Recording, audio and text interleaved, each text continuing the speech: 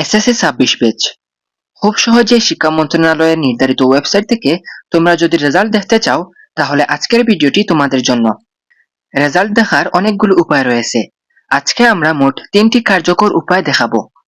তোমার যেটা সুবিধাজনক মনে হবে সেই পদ্ধতি ব্যবহার করেই ফলাফল দেখতে পারবে। মূলত রেজাল্ট প্রকাশের সময় একসাথে অনেক শিক্ষার্থী ও অভিভাবক ওয়েবসাইটে প্রবেশ করার কারণে অনেক সময় সার্ভার ডাউন হয়ে যায় কিংবা ওয়েবসাইটে সাময়িকভাবে বন্ধ হয়ে যেতে পারে। তাই একাধিক পদ্ধতি জেনে রাখা খুবই গুরুত্বপূর্ণ। এতে যেকোনো সময় যেকোনো মাধ্যমে সহজে রেজাল্ট দেখতে পারবে। আজকের ভিডিওতে আমরা মোট 3টি নিয়ম দেখিয়ে দেব, যেগুলোর মাধ্যমে খুব সহজেই ফলাফল দেখা সম্ভব। এছাড়া শিক্ষা মন্ত্রণালয় থেকে রেজাল্ট প্রকাশের পর কোন ওয়েবসাইটে দ্রুত ফলাফল পাওয়া যাবে এবং কোন পদ্ধতি সবচেয়ে বেশি কার্যকর সেসব বিষয়ও তুলে ধরা হবে। তাই ভিডিওটি সম্পূর্ণ দেখার অনুরোধ রইল। চলো এবার সরাসরি কম্পিউটার স্ক্রিনে চলে যাই।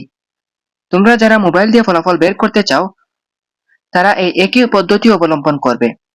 প্রথম নিয়মে আমরা দেখব কিভাবে মার্কশিট সহ বিস্তারিত ফলাফল দেখা যায়।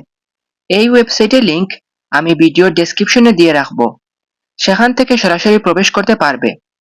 ওয়েবসাইটে প্রবেশ করার পর চাইলে বাংলা অথবা ইংরেজি ভাষা নির্বাচন করতে পারবে। এরপর পরীক্ষার সাল হিসাবে 2026 নির্বাচন করবে। পরীক্ষার নাম অপশনে গিয়ে এসএসসি দাখিল ইকুইভ্যালেন্ট নির্বাচন করবে। এরপরে তোমার বোর্ড নির্বাচন করবে। ফলাফলের ধরন হিসাবে ইন্ডিভিজুয়াল এবং ডিটেইল রেজাল্ট নির্বাচন করবে। এটি খুবই গুরুত্বপূর্ণ, কারণ মার্কশিট সহ ফলাফল দেখতে হলে এই অপশনটি নির্বাচন করতে হবে। এরপর এখানে রোল নম্বর লিখবে। তারপর এই জায়গায় তোমাদের রেজিস্ট্রেশন নাম্বারটা লিখবে। সবার শেষে নিচে একটি ক্যাপচা কোড দেখতে পারবে। কোডটি দেখে সঠিকভাবে এই ঘরের মধ্যে লিখবে।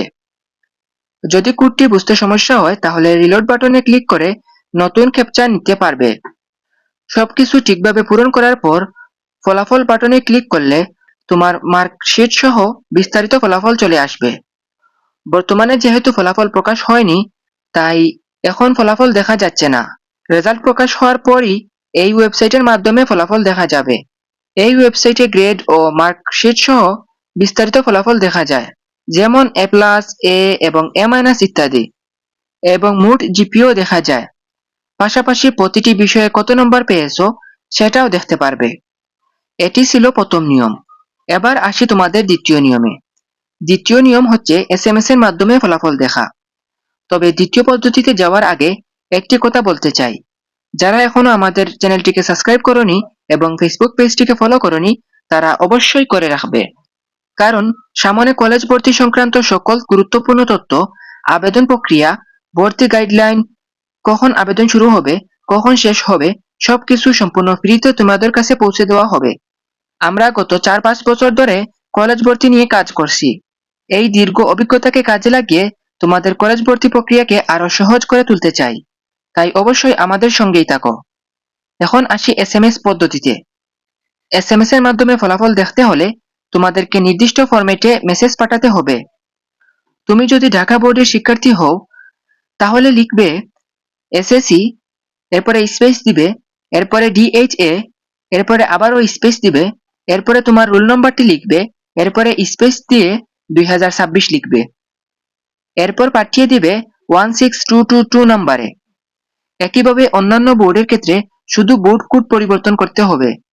তুমি যদি কুমিল্লা বোর্ডের হও তাহলে প্রথম 3 অক্ষর অর্থাৎ COM, তুমি যদি ঢাকা বোর্ডের হও তাহলে DHA, এভাবে প্রথম 3 অক্ষর দিয়ে তুমি Chittagong, Dinajpur board, Mymensingh board, Sylhet board সহ সকল বোর্ডের রেজাল্ট বের করতে পারবে।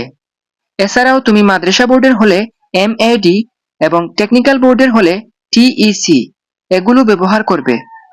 মাদ্রাসা বোর্ডের ক্ষেত্রে SSC এর পরিবর্তে দাখিল ব্যবহার করতে হবে। সঠিকভাবে মেসেজ পাঠাতে পারলে কিছুক্ষণের মধ্যেই ফিরতি SMS এ ফলাফল পেয়ে যাবে। তবে মনে রাখতে হবে প্রতিটি SMS এর জন্য প্রায় 2 টাকা 67 পয়সা চার্জ কেটে নেওয়া হতে পারে, তাই মোবাইলে পর্যাপ্ত ব্যালেন্স রাখতে হবে। এটি ছিল দ্বিতীয় নিয়ম। এবার আসি তৃতীয় নিয়মে। বাংলাদেশের প্রতিটি শিক্ষা বোর্ডের নিজস্ব ওয়েবসাইট রয়েছে। অনেক সময় প্রধান রেজাল্টের ওয়েবসাইটে চাপ বেশি থাকলে বোর্ডের নিজস্ব ওয়েবসাইট থেকে ফলাফল দেখা যায়। যেমন ঢাকা বোর্ডের শিক্ষার্থীরা ঢাকা বোর্ডের ওয়েবসাইটে যাবে, বরিশাল বোর্ডের শিক্ষার্থীরা বরিশাল বোর্ডের ওয়েবসাইটে যাবে। একইভাবে Dinajpur board, Comilla board, Rajshahi board, Mymensingh board এবং সিলেট বোর্ড সহ সকল বোর্ডের নিজস্ব ওয়েবসাইটে ফলাফল প্রকাশ করা হয়ে থাকে। তাই প্রয়োজন হলে নিজস্ব বোর্ডের অফিসিয়াল ওয়েবসাইট থেকেও ফলাফল দেখে নিতে পারবে। তো বন্ধুরা, এই ছিল এসএসসি ও সমমান পরীক্ষার ফলাফল দেখার 3টি কার্যকর পদ্ধতি।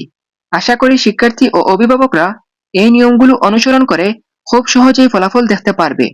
তোমরা কে কোন বোর্ড থেকে ভিডিওটি দেখেছো অবশ্যই কমেন্ট করে জানাবে। সবার জন্য অনেক অনেক শুভকামনা রইল। আশা করি তোমার ফলাফল অনেক ভালো হবে। সবাই ভালো থাকো, সুস্থ থাকো। আল্লাহ হাফেজ সবাইকে।